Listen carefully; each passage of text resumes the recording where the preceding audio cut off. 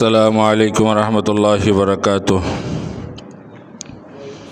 إن الحمد لله نحمده ونستعينه ونستغفره ونؤمن به ونتوكل عليه ونعوذ بالله من شرور أنفسنا ومن سيئات أعمالنا.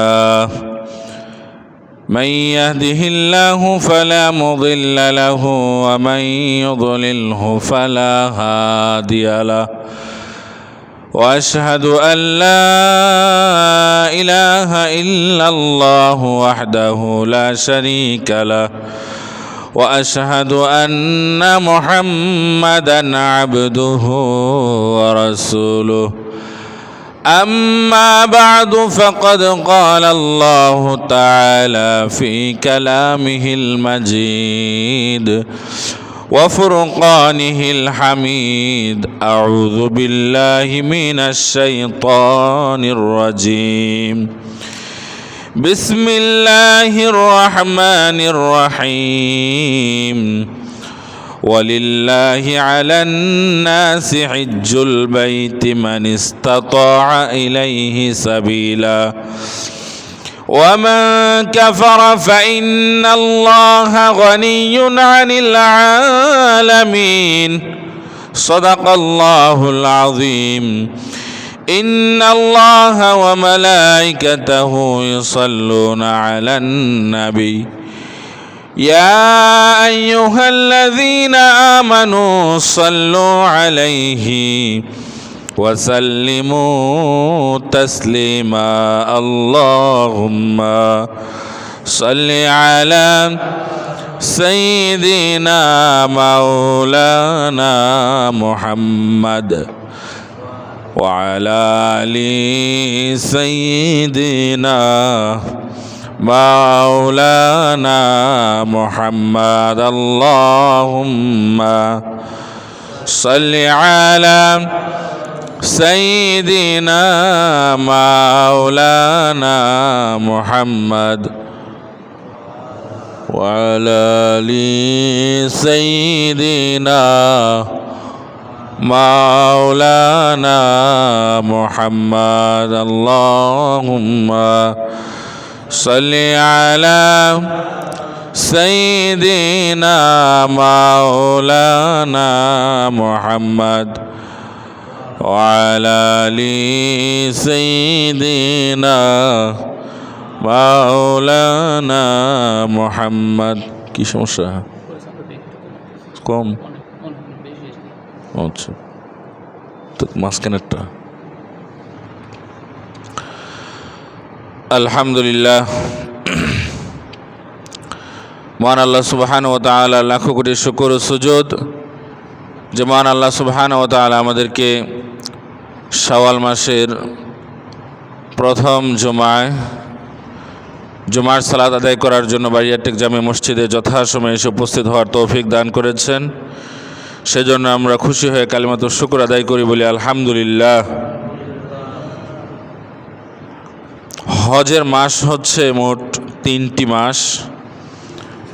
হজের যে 3টি মাস রয়েছে তার মধ্যে প্রথম মাস হচ্ছে শাওয়াল, এরপরে জিলকাদ, এরপরে হচ্ছে জিলহজ। জিলহজের প্রথম 10 দিন হজের মাস। যেহেতু আমরা পবিত্র মাহে রমাদানুল কারিমের পরবর্তী মাস শাওয়াল মাস অতিক্রম করছি এবং আজকে শাওয়াল মাসের প্রথম জুমা, সেহেতু প্রথমে এই মাসে যদি কেউ 6টি রোজা রাখে তাহলে সে কি অর্জন করবে, কি সওয়াব সে পাবে, সে বিষয়ে হাদিসে যা আছে সেটা উল্লেখ করে একটি গুরুত্বপূর্ণ বিষয় নিয়ে আলোচনা করব। আল্লাহর হাবিব সাল্লাল্লাহু আলাইহি ওয়াসাল্লাম ইরশাদ করেছেন, মান সামা রমাদান সুম্মা আতবাআহু সিত্তাম মিন শাওয়াল কানা কাসিয়ামিদ দাহরি কুল্লি। যে ব্যক্তি পবিত্র মাহে রমাদানুল কারিমের সিয়াম সাধনা শেষ করার পর শাওয়াল মাসের 6টি রোজা রাখবে, সে যেন সারা বছর রোজা রাখলো। সুবহানাল্লাহ। এই শাওয়াল মাসের যে 6টি রোজা, এই রোজাগুলো ফরজ নয়, আবশ্যক নয়, তবে রাখলে অনেক সওয়াব রয়েছে, এবং যে রাখবে তাকে একদম ধারাবাহিকভাবে রাখতে হবে, ব্যাপারটা এরকম নয় যেভাবে ইচ্ছা সেভাবে রাখবে। মোট কথা হচ্ছে এই মাসের মধ্যে 6টি রোজা ধারাবাহিকভাবে রাখুক অথবা বিরতি দিয়ে রাখুক, 6টি হলেই হলো। তবে কেউ না রাখলে তার কোনো গুনাহ হবে না। কোরআন নাজিলের মাস আমরা অতিক্রম করে আসলাম এবং হজের মাসে আমরা পার করছি, হজের মাস। এই জন্য হজ বিষয়ে তো অবশ্যই আলোচনা করব, তবে তার পূর্বে নেককার মানুষদের, বিশেষত অনেক নেককার মহিলাদের কোরআনের সাথে যে কি ভালোবাসা ছিল, সম্পর্ক ছিল, সে বিষয়ে একটি ঘটনা আমি আপনাদের সামনে উপস্থাপন করব। সম্মানিত মুসল্লিয়ান কিরাম,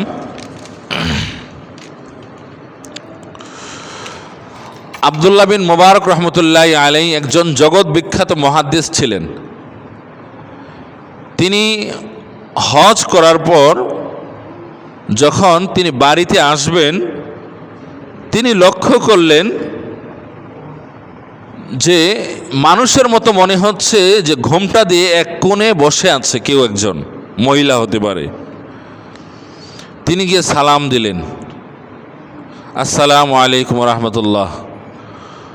তখন নারী কণ্ঠে ভেসে আসলো, সালামুন কাওলাম মির রাব্বির রাহিম, পরম ওয়ার্দেগারের পক্ষ থেকে, রবের পক্ষ থেকে তোমার উপর শান্তি বর্ষিত হোক।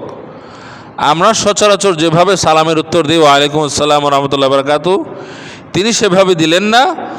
কোরআনে যেভাবে বলা আছে, অর্থাৎ সালাম নিয়ে কোরআনে যেটা আছে সেটা তিনি বললেন, সালামুন কাওলাম মির রাব্বির রাহিম, আল্লাহ পাক রব্বুল আলামিনের পক্ষ থেকে তোমার ওপর শান্তি বর্ষিত হোক।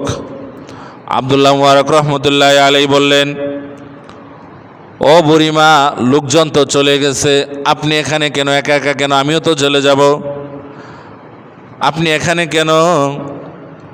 তখন মহিলা বলল, মাইয়ুদলিলিল্লাহু ফালা হাদিয়া লা, আল্লাহ পাক রব্বুল আলামিন যাকে পথ হারা করেন তাকে কেউ পথ দেখাতে পারে না। কোরআনের একটা আয়াত। এর মাধ্যমে তিনি বোঝালেন যে আমি পথ হারিয়ে ফেলেছি অনেক আগেই, আমার সঙ্গী সাথীরা যাদের সাথে আমি এসেছিলাম তারা চলে গেছে, এই জন্য আমি এই অবস্থায়।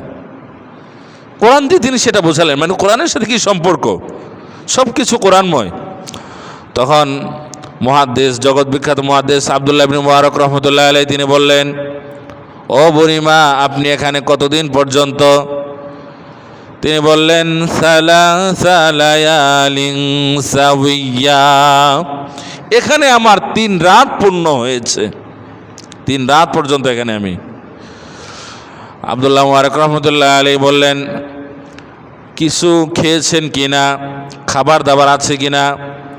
তখন তিনি বললেন, ওই মহিলা বললেন, আল্লাযী ইউতঈমুনি ওয়া ইয়াসকিন, আমার খাবারের ব্যবস্থা আমার আল্লাহই করেন, আমার পানীয়র ব্যবস্থা আমার আল্লাহই করে থাকেন, সুবহানাল্লাহ।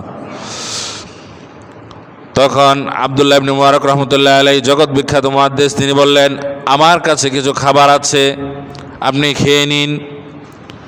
তখন ওই মহিলা বলল, সুম্মা আতিম্মুস সিয়ামা ইলাল লাইল, কোরআনের আয়াত বললেন, যার অর্থ হচ্ছে তোমরা সওমকে, সিয়ামকে, রোজাকে সুবহে সাদিক থেকে সন্ধ্যা পর্যন্ত পূর্ণ করো। তার মানে এর মাধ্যমে তিনি বুঝালেন আমি রোজাদার, আমি রোজা রেখেছি।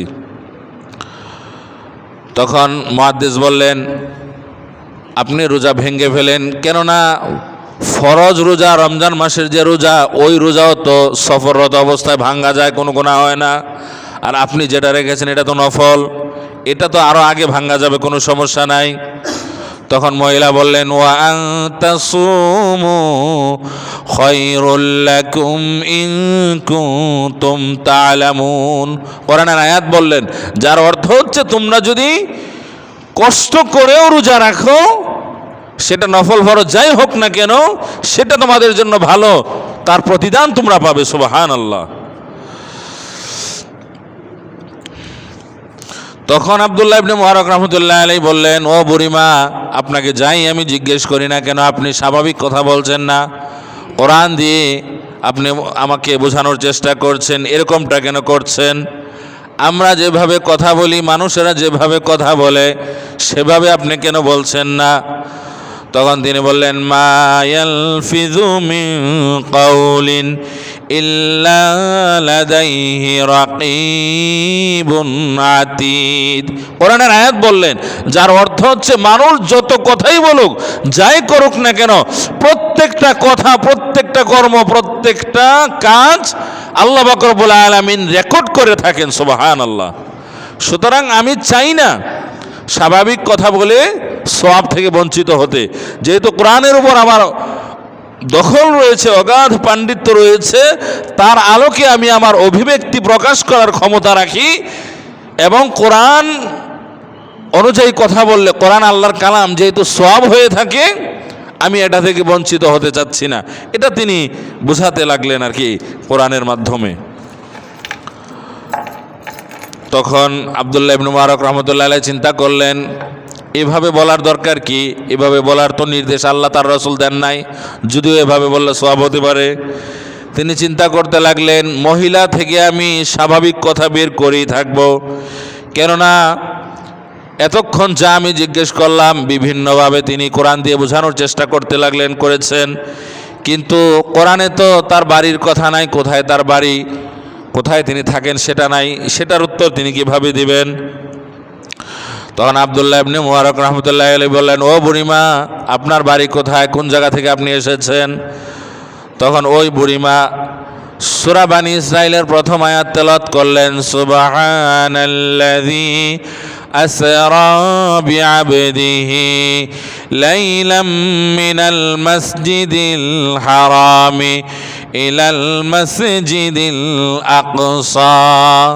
পবিত্র সেই সত্তা যিনি তার বান্দাকে মসজিদে হারাম থেকে মসজিদে আকসা পর্যন্ত নিয়ে এসেছেন। তিনি এর মাধ্যমে পরোক্ষভাবে বোঝাতে লাগলেন, মসজিদে আকসার পাশে আমার বাড়ি, আমি মসজিদে হারামে বাইতুল্লাহ এসেছি, আমার বাড়ি মসজিদে আকসার কাছাকাছি। তখন আব্দুল্লাহ ইবনে মুবারক রাহমাতুল্লাহি আলাইহি বললেন, মানুষ তো চলে গেছে, আপনি তো বাড়িতে যেতে পারবেন না, বিপদে পড়বেন, আপনার কাছে তেমন খাদ্য নাই, পানীয় নাই, উট নাই, যানবাহন নাই, আমার কাছে একটা উট আছে, চলুন আপনাকে আমি বাড়িতে দিয়ে আসি। তখন মহিলা রাজি হলেন, রাজি না হয়ে কোনো উপায় নেই। তিনি তখন কোরআনের আয়াত বললেন, ওয়া ইন তাফআলু মিন খায়রি ইয়ালামুহুল্লাহ। আল্লাহর বান্দাদের মধ্য থেকে যারা ভালো কাজ করে, ওয়া ইন তাফআলু মিন খায়র, যারা ভালো কাজ করে, মানুষের সেবা করে, ইয়ালামুহুল্লাহ, আল্লাহ সব কিছু দেখেন, তার প্রতিদান আল্লাহ তাআলা দিবেন। সুবহানাল্লাহ। মানে আমি আপনার প্রস্তাবে রাজি আছি, আমি বাড়ি যেতে চাই। মহিলা যখন উটের পিঠে উঠল, আব্দুল্লাহ মুবারক রাহমাতুল্লাহি আলাইহি দেখতে লাগলেন মহিলার কোনো সমস্যা হচ্ছে কিনা, বসতে পারছে কিনা।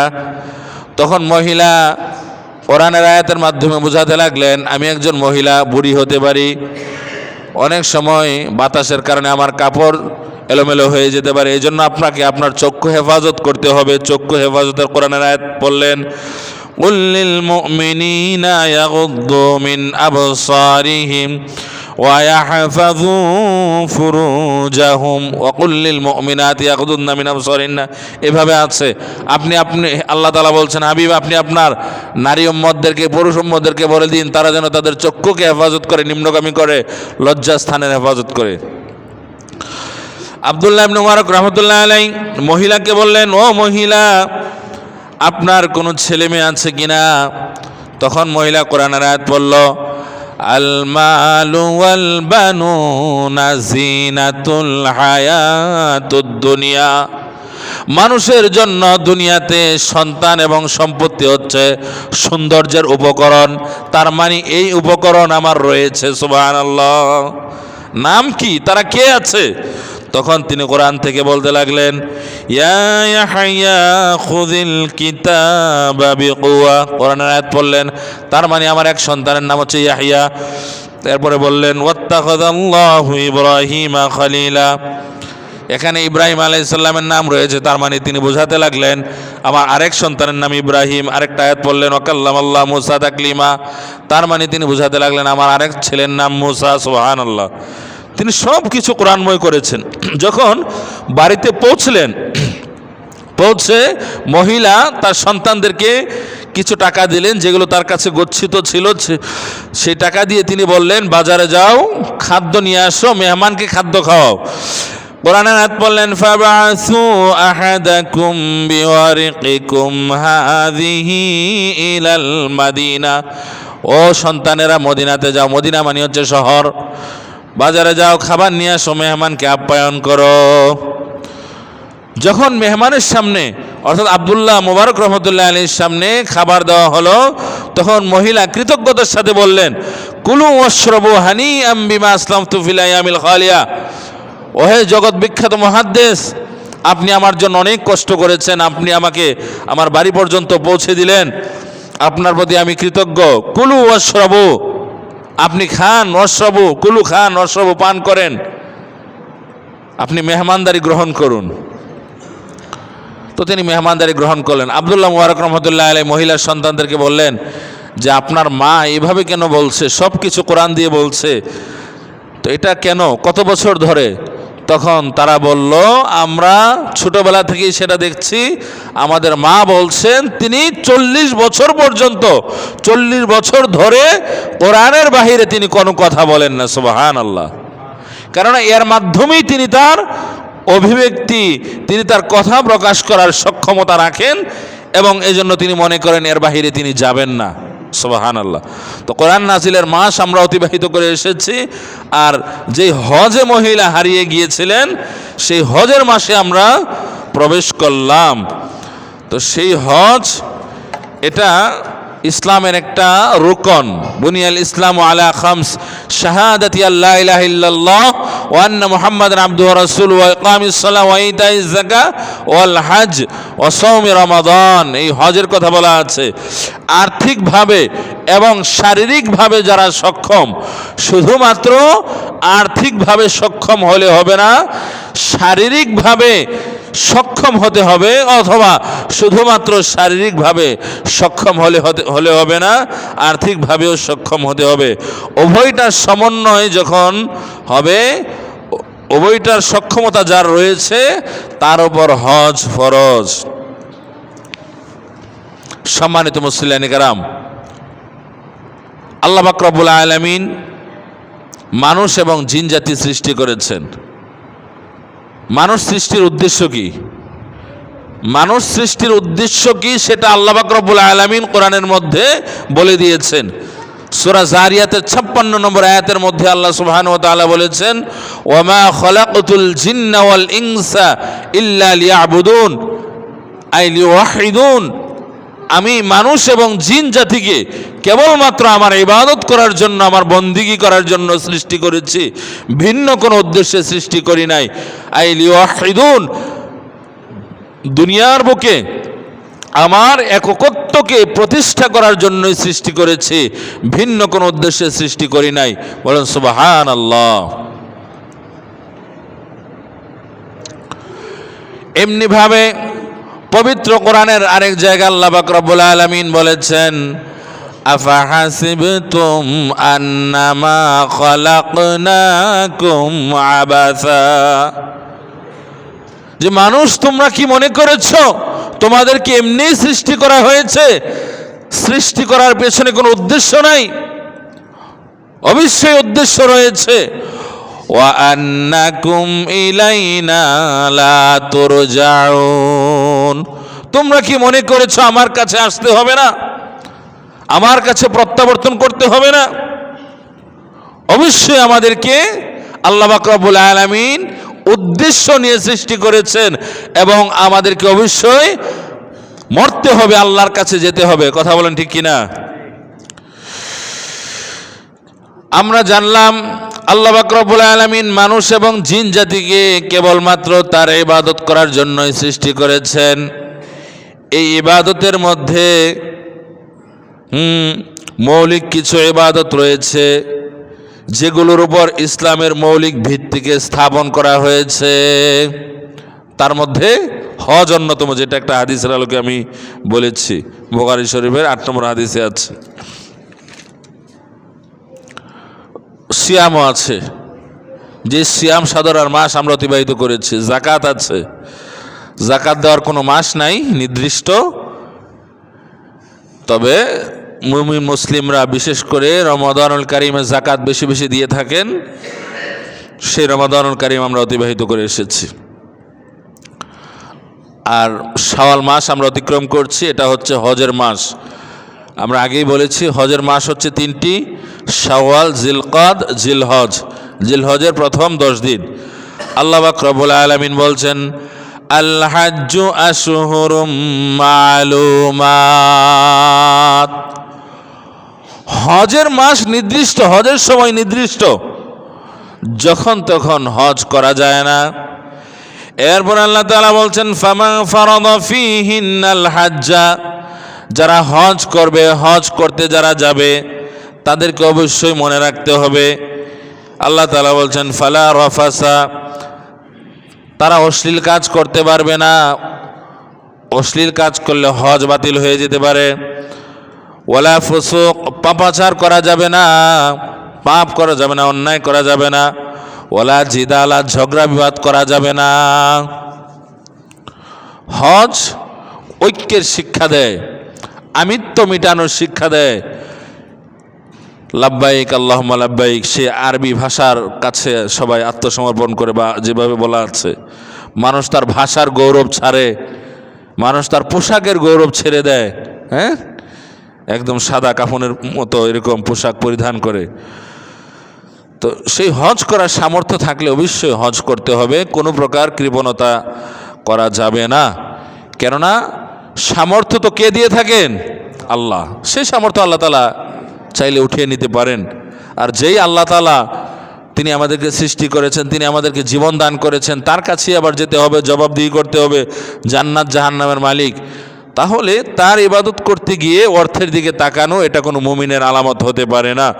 রাসূলুল্লাহ সাল্লাল্লাহু আলাইহি সাল্লাম বলেছেন, মান মাতা ওয়া লাম ইয়াহুজ্জা ওয়া আলাইহিল হাজ্জু ফালিয়ামুত ইনশা ইয়াহুদিয়া ওয়া ইনশা নাসরানিয়া।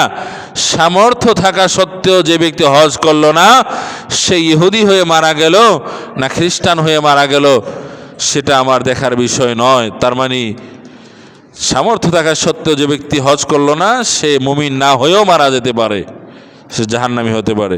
এই জন্য অবশ্যই আল্লাহর ঘর জিয়ারত করতে হবে সামর্থ্য থাকলে, এবং যাদের সামর্থ্য নেই তাদেরও জিয়ারত করার মনোবাসনা থাকা উচিত। কেননা সামর্থ্যহীন ব্যক্তিকেও আল্লাহ তাআলা সামর্থ্যবান করতে পারে, আবার সামর্থ্যওয়ালা ব্যক্তিকেও আল্লাহ তাআলা সামর্থ্যওয়ালা ব্যক্তিকেও আল্লাহ তাআলা সামর্থ্যহীন করতে পারে, সামর্থ্যহীন ব্যক্তিকেও আল্লাহ তাআলা সামর্থ্য দান করতে পারে। কবুল হজের বিনিময় একমাত্র জান্নাত, বলি সুবহানাল্লাহ। রাসূলুল্লাহ সাল্লাল্লাহু আলাইহি ওয়াসাল্লাম বলছে, আল হজ্জুল মাবরুর, হজ্জে মাবরুর তথা কবুল হজ, যেই হজ আল্লাহর কাছে গৃহীত হয়েছে, লাইসা লাহু জাযাউন ইল্লাল জান্নাহ, এটার জাযা বা বিনিময় জান্নাত ছাড়া আর কিছু নয়। সুবহানাল্লাহ। হযরত আবু হুরায়রা রাদিয়াল্লাহু তাআলা আনহু থেকে বর্ণিত, তিনি বলেন, আন্না রাসূলুল্লাহ সাল্লাল্লাহু আলাইহি ওয়াসাল্লাম সুইলা, নিশ্চয় রাসূলুল্লাহ সাল্লাল্লাহু আলাইহি ওয়াসাল্লামকে প্রশ্ন করা হয়েছিল। এক ব্যক্তি প্রশ্ন করেছিলেন, আইয়ুল আমালি আফদল, হে আল্লাহ রাসূল সাল্লাল্লাহু আলাইহি ওয়াসাল্লাম, কোন আমল উত্তম, কোন আমল সর্বশ্রেষ্ঠ? ফাকালা নবী সাল্লাল্লাহু আলাইহি ওয়াসাল্লাম, রাসূলুল্লাহ সাল্লাল্লাহু আলাইহি ওয়াসাল্লাম বললেন, ঈমানুন বিল্লাহি ওয়া রাসূলি, সবচাইতে ভালো আমল, ভালো কাজ, ভালো চিন্তা হচ্ছে আল্লাহর প্রতি ঈমান আনা এবং তার রাসূলের প্রতি ঈমান আনা। এটা হচ্ছে সবচাইতে ভালো।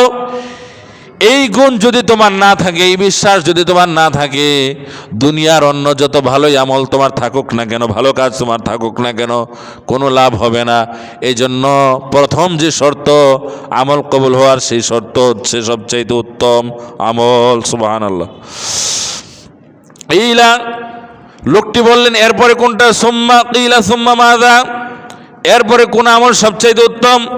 ক্বালান নবী সাল্লাল্লাহু আলাইহি ওয়াসাল্লাম, রাসূলুল্লাহ সাল্লাল্লাহু আলাইহি ওয়াসাল্লাম বললেন, আল জিহাদু ফি সাবিলিল্লাহ, আল্লাহর রাস্তায় জিহাদ করা, আল্লাহর রাস্তায় সংগ্রাম করা, সত্যকে প্রতিষ্ঠা করার প্রাণান্তকর লড়াই করা হচ্ছে উত্তম আমল। দ্বিতীয় পর্যায়ে কিলা, এরপরে বলা হলো সুম্মা মাযা, এরপরে কোন আমল? রাসূলুল্লাহ সাল্লাল্লাহু আলাইহি ওয়াসাল্লাম বললেন, হাজ্জুম মাবরুর, কবুল হজ হচ্ছে সবচাইতে উত্তম। এরপরে সুবহানাল্লাহ। সম্মানিত হাজিরিন, বাইতুল্লাহ তথা আল্লাহর ঘর, যেই ঘরে মানুষ হজ করতে যায়, এই ঘরের সংক্ষিপ্ত ইতিহাস, একেবারেই সংক্ষিপ্ত ইতিহাস এখন আমরা জানব। আদম আলাইহিস সালাম, অর্থাৎ প্রথম মহামানব, প্রথম নবী হযরত আদম আলাইহিস সালাম, তিনি এই ঘর সর্বপ্রথম ফেরেশতাদের সহায়তায় এই কাবা ঘর নির্মাণ করেছিলেন, বলি সুবহানাল্লাহ। এরপর আদম আলাইহিস সালামকে আল্লাহ তাআলার পক্ষ থেকে বলা হলো তাওয়াফ করো, জিয়ারত করো। তিনি তাওয়াফ করলেন।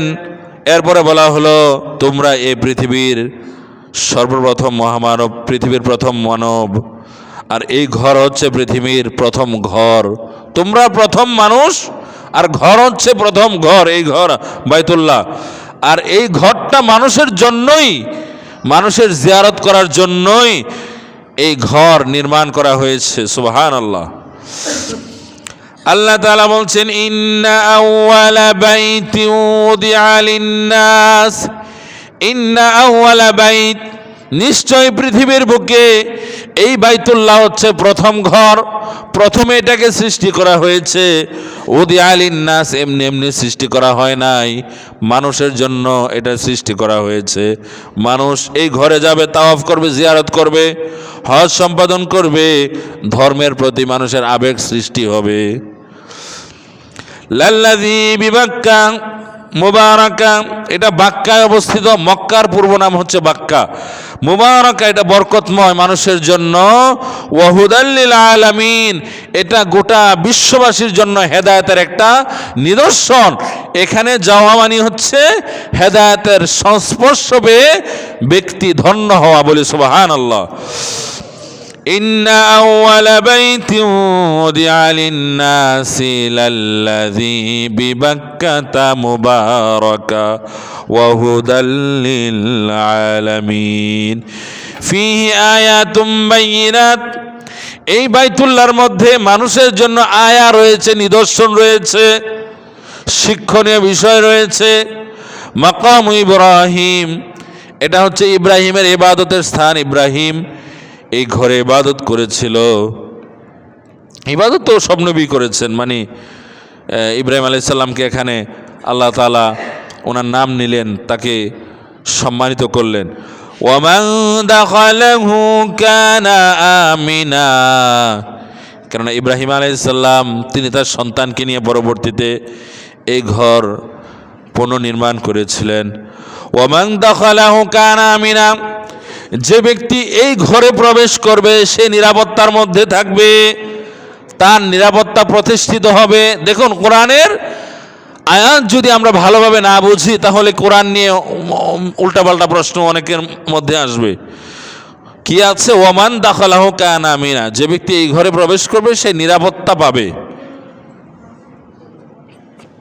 অনেকে এটাকে মনে করতো এক সময় যে এই ঘরে প্রবেশ করলে তার কোনো বিপদ আপদ হবে না, জ্বর আসবে না, রোগ হবে না, বিল্ডিং ধসে পড়বে না।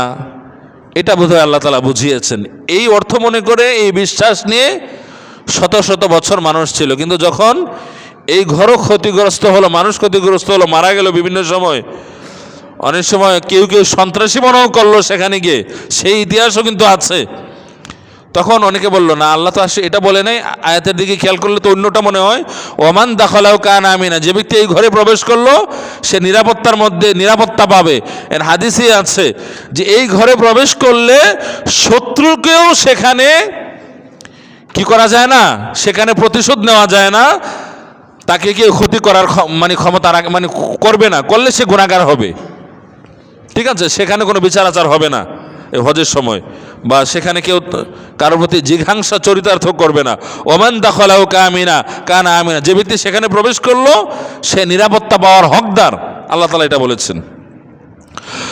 ওয়ালিল্লাহি আলান নাসি হিজ্জুল বাইতি মান ইসতাতা ইলাইহি সাবিলা, এরপরে গুরুত্বপূর্ণ আয়াত আল্লাহ বলছেন ওয়ালিল্লাহি আলান নাস, আর মানুষের জন্য হিজ্জুল বাইতি মান ইসতাতা ইলাইহি সাবিলা, যাদের সক্ষমতা রয়েছে মানুষের জন্য আল্লাহর এই ঘরে আসান, মান ইসতাতা ইলাইহি সাবিলা, তাদেরকে অবশ্যই এই ঘরে আসতে হবে, হজ করতে হবে।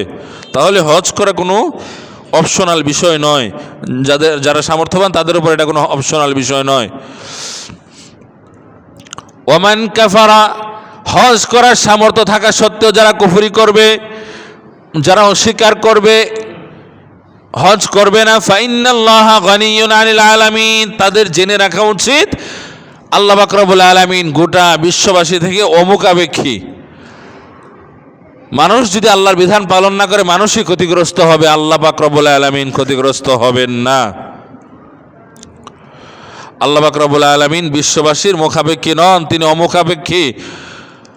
ওয়ালাম ইয়াকুল লাহু কুফুয়ান আহাদ, কুল হুয়াল্লাহু আহাদ আল্লাহুস সামাদ, আল্লাহ তাআলা মুখাপেক্ষী।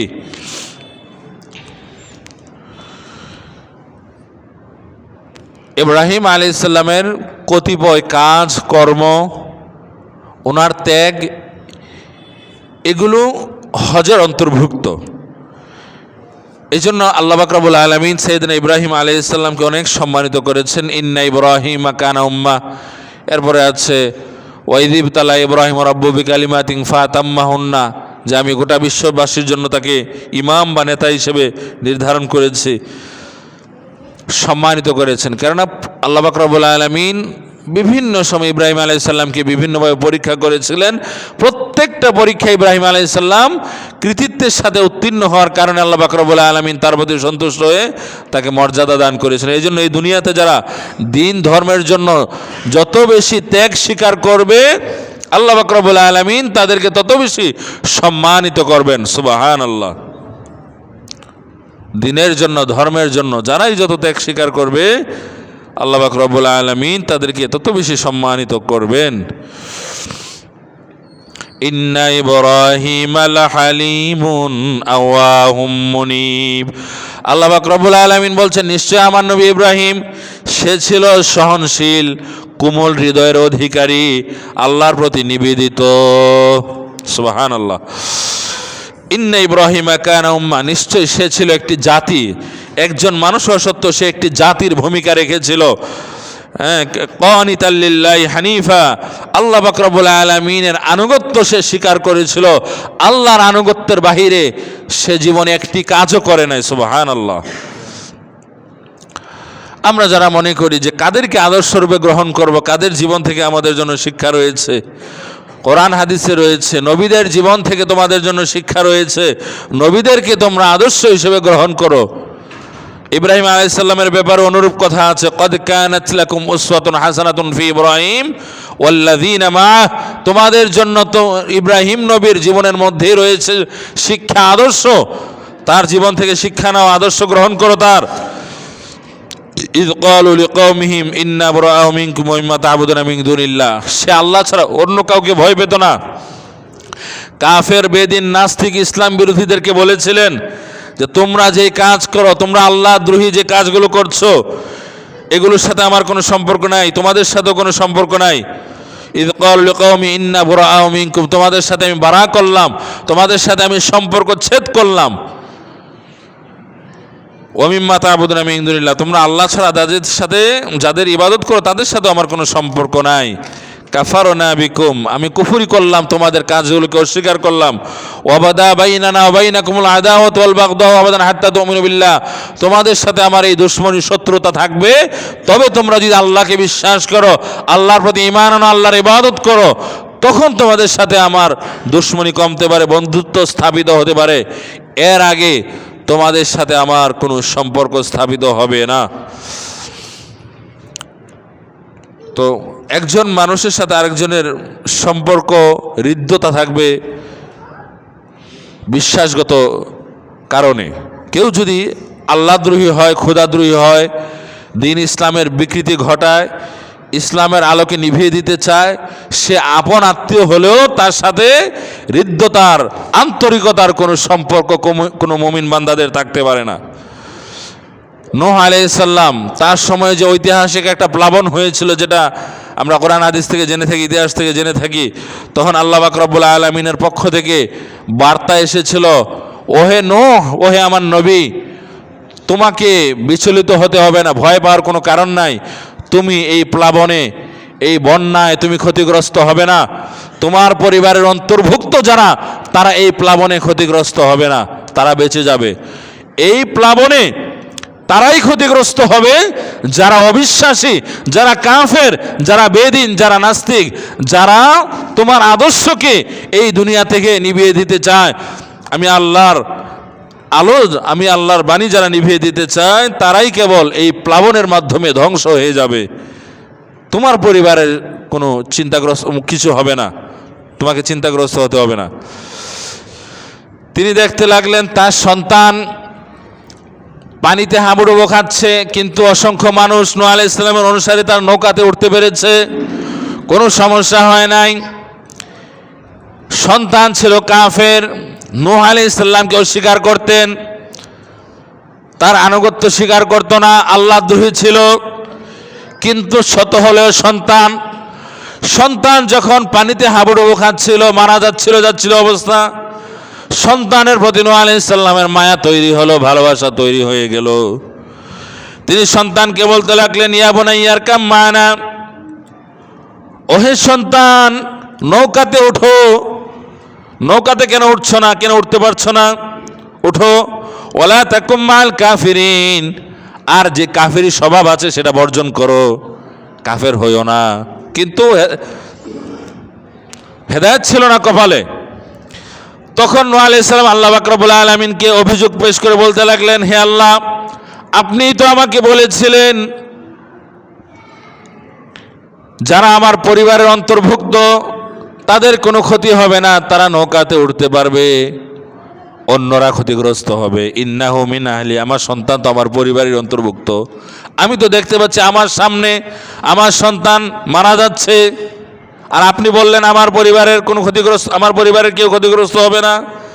তখন আল্লাহ পাক রব্বুল আলামিন ওহী নাজিল করলেন, ইয়া নূহ, কোরআনের আয়াত, ওহে নবী নূহ, ইন্নাহু লাইসা মিন আহলিক, তোমার সন্তান তোমার পরিবারের অন্তর্ভুক্ত নয়। আমি রক্তের সম্পর্কের কথা বলেছি, আমি রক্তের সম্পর্কের কথা বলি না, আমি হৃদ্যতার দিনের সম্পর্কের কথা বলেছি। শুধুমাত্র রক্তের সম্পর্ক থাকলেই কেউ তোমার পরিবারের অন্তর্ভুক্ত হতে পারবে না। যদি হৃদ্যতার সম্পর্ক না থাকে, ধর্মের সম্পর্ক না থাকে, আত্মার সম্পর্ক না থাকে, বিশ্বাসগত কোনো সম্পর্ক না থাকে, সে তোমার পরিবারের অন্তর্ভুক্ত হতে পারবে না। সে কারো যদি বিশ্বাসগত মিল থাকে তোমার সাথে, সঠিক দিনের অনুসারী হয়, সে তোমার রক্তের সম্পর্ক না হলেও সে তোমার আত্মীয়। আর সে যদি তোমার রক্তের সম্পর্ক হয় কেউ, কিন্তু দিন ইসলামকে অস্বীকার করে, আল্লাহর বিধানকে অস্বীকার করে, তোমার আদর্শকে অস্বীকার করে, তাহলে সে তোমার পরিবারের অন্তর্ভুক্ত হতে পারবে না। এজন্য কোনো বিশ্বাসীর ছেলে মেয়ে যদি অবিশ্বাসী হয়ে যায়, তাহলে অটোমেটিক ত্যায্য বলে বিবেচিত হয়, এবং ওই পিতামাতার সন্তান ওই পিতামাতার সম্পত্তি পায় না। একটা মাসালা আমরা জেনে নিই। অনেক মানুষ সন্তান সন্ততিকে ত্যায্য ঘোষণা করে, কিছু হলেই বলে আমি তোকে ত্যায্যপুত্র ঘোষণা করব বা করে দিলামও বলে। কিন্তু মাসালা আমাদেরকে জানতে হবে, ইসলামে সন্তানকে ত্যায্যপুত্র করার কোনো বিধান নাই। কোনো পিতামাতা সন্তানকে ত্যায্য ঘোষণা করতে পারবে না। হ্যাঁ, কোনো সন্তান যদি খারাপ থাকে, তার সাথে সম্পর্কের অবনতি হতে পারে, তার প্রতি মহাব্বত কমে যেতে পারে, বদদুয়া দেওয়া ঠিক না, কিন্তু বেশি কষ্ট দিলে বদদুয়া চলেও আসতে পারে, এগুলো স্বাভাবিক। ওই সন্তানের জীবন ধ্বংস হয়ে যেতে পারে। কিন্তু সন্তান যদি মুসলিম থাকে, এমনি নামাজ রোজা না করুক, কিন্তু আল্লাহকে বিশ্বাস করে, পাপাচারী সন্তান, এরকম যদি হয়, স্বাভাবিক সম্পর্ক না থাকতে পারে, দূরে সন্তান থাকতে পারে, কথাবার্তা না হতে পারে, কিন্তু পিতা এই ওসিয়ত করে যেতে পারবে না যে আমার সম্পত্তি থেকে সে সম্পদ পাবে না। এই ওসিয়ত যদি করে তাহলে ওই পিতা যতই আমল করুক, হজ করুক, যাকাত দিক, রোজা রাখুক, ওই যে পাপাদারী সন্তানকে বঞ্চিত করলো বা একটা ওসিয়ত করলো, ঘৃণ্য ওসিয়ত, এই ওসিয়তের কারণে তার জীবনের আমল আল্লাহর কাছে কবুল হবে না, সে জাহান্নামে যাবে। এটা হচ্ছে মাসালা, এটা আমার কথা না। একজন আপনার সন্তান, এই সন্তান হওয়ার কারণেই সে আপনার থেকে হক পাওয়ার অধিকার সে লাভ করবে, এটা প্রতিষ্ঠিত হয়ে গিয়েছে। সে আপনার আনুগত্যশীল হোক অথবা না হোক, এটার সাথে এটা সে আল্লাহর কাছে জবাব দিবে। কিন্তু আমরা এটা মনে করি না। ওই যে এটা কেন সবসময় যে ধারণাটা আমি দেওয়ার চেষ্টা করি যে সম্পদ তো আল্লাহর, আল্লাহ তাআলা কিছুদিনের জন্য আমাদেরকে দিয়েছেন এবং আল্লাহর দেখানো পথেই সেটা ব্যয় করতে হবে। সেটা আমরা অনেক সময় মনে না করার কারণে আমরা মনে করি যা ইচ্ছা তা বোধহয় আমি করতে পারি, কাউকে দিলাম কাউকে দিলাম না, যেভাবে ইচ্ছা সেভাবে আমি যা ইচ্ছা তা করব। এটা মনে করার কারণেই মূলত এই ভুলগুলো আমরা অনেক মানুষ করে থাকি, এবং এই ভুল করে আমরা যত ইবাদত করি না কেন আল্লাহর কাছে গিয়ে কিছুই পাবো না।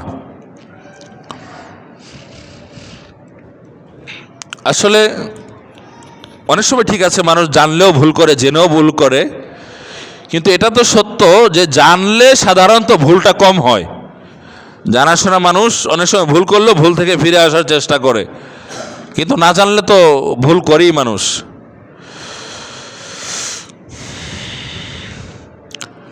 তবে যেটা একটু আগে বললাম, কোনো সন্তান যদি কাফের হয়ে যায় তাহলে পিতামাতার সাথে তার কোনো সম্পর্ক থাকে না, তখন ওই কাফের সন্তানকে কোনো সম্পত্তি দেওয়া হবে না, ওইটার জন্য গুনাহ হবে না। কেননা সে আর তার সন্তান হিসেবেই বিবেচিত হয় না, সে আর মিরাসের অধিকারী হয় না, সে কাফের। কিন্তু মুমিন হলে পাপাচারী হলেও দিতে হবে, এটা হচ্ছে মাসালা। আল্লাহ তাআলা আমাদেরকে সঠিক বুঝ দান করে, আমরা বলি আল্লাহুম্মা আমিন। দিন ইসলামের উপর যেন আমরা অটল থাকতে পারি। কারণ হাদিসে আছে